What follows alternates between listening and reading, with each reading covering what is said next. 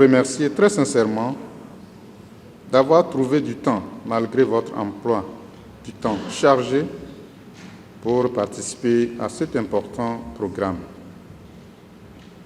Je voudrais également saluer la présence de notre collègue, M. Joseph Chakada, représentant le secrétariat du Kabaoua, notre ORTG homologue pour la région d'Afrique orientale et australe, basé à Dar es Salaam, en Tanzanie.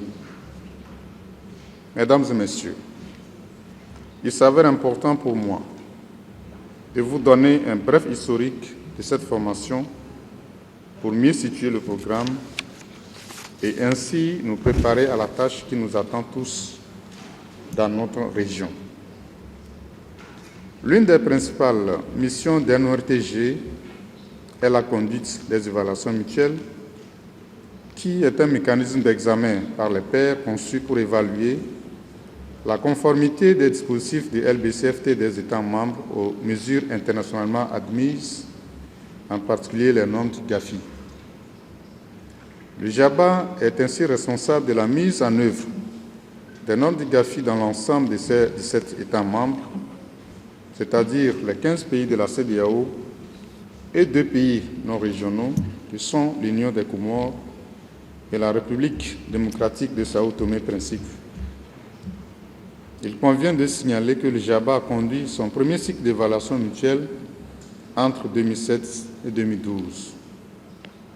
En 2012, le GAFI a adopté un ensemble révisé des normes et la méthodologie correspondante, comprenant 2 phases complémentaires.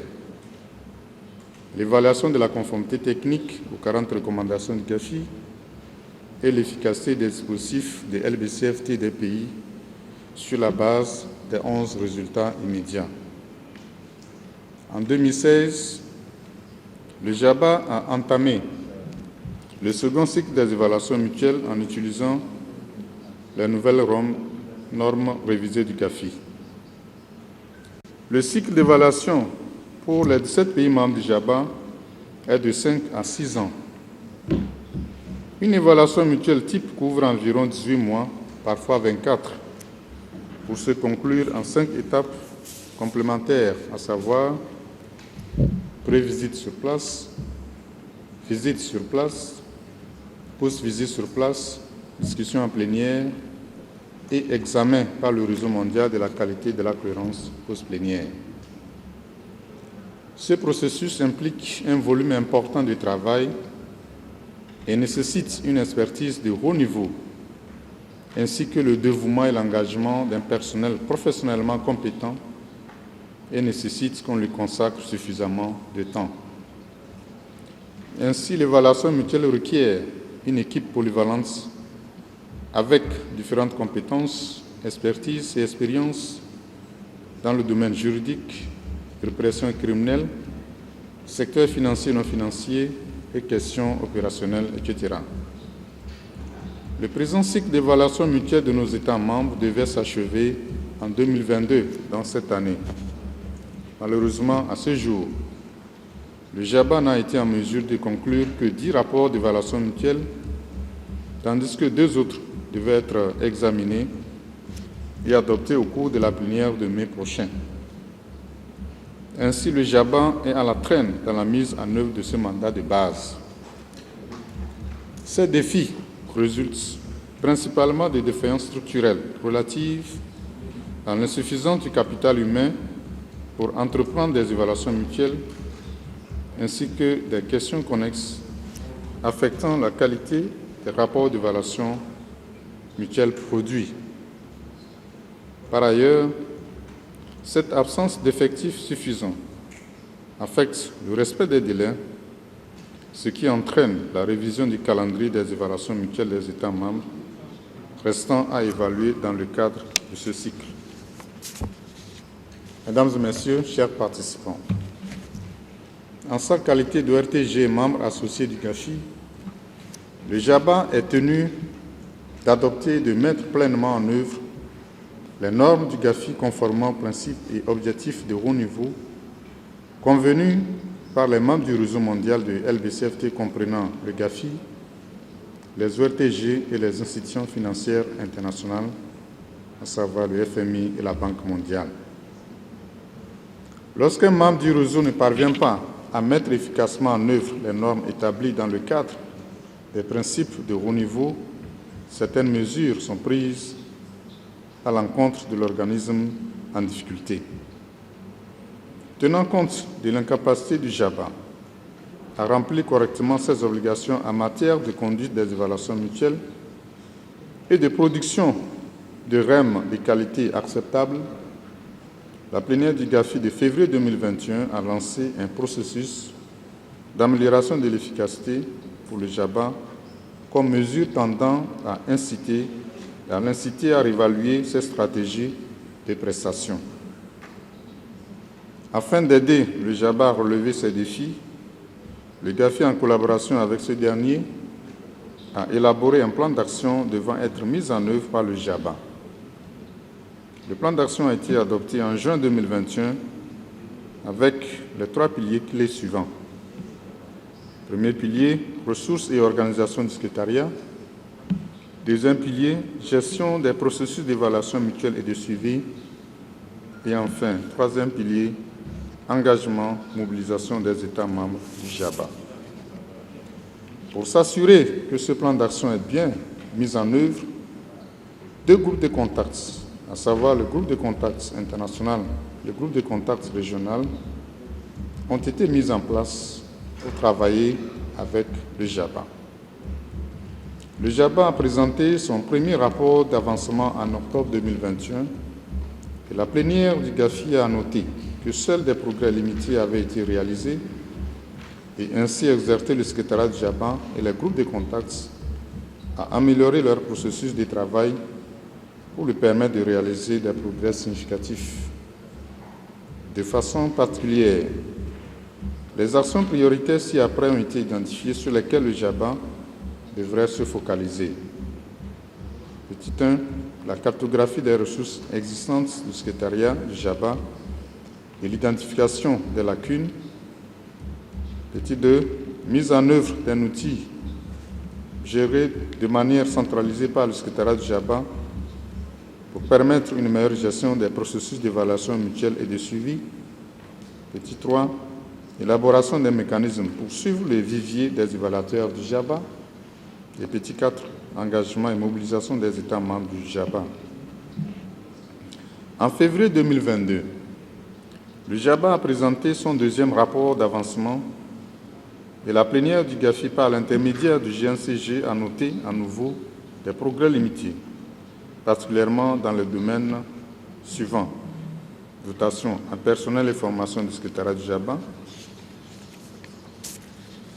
partage des connaissances et contrôle, engagement et mobilisation des États membres du JABA dans les discussions sur les projets de rapport d'évaluation mutuelle et de rapport de suivi.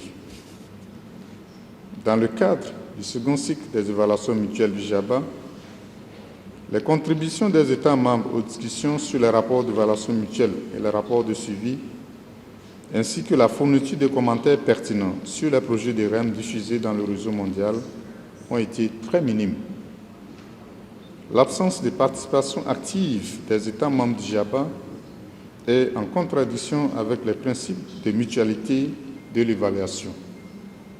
Par ailleurs, l'absence de contribution des États membres aux discussions met une pression induite sur les observateurs et le personnel du secrétariat du JABA, les obligeant à intervenir dans les discussions. La participation peu active des États membres du JABA a des implications dans la prise de décision et la réalisation d'un consensus sur les questions discutées.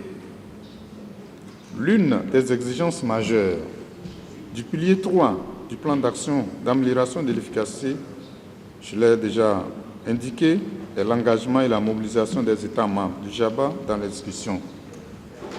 Par conséquent, afin de combler cette défaillance, d'autant plus que le JABA se prépare à discuter de REM et de rapports de suivi, nécessitant une réévaluation de la notation au cours de sa plénière en mai 2022, il est devenu crucial que les chefs de délégation et leurs équipes soient formés sur leur rôle en vue de faciliter l'appropriation par les États membres du processus de discussion des différents rapports pendant les réunions du JABA.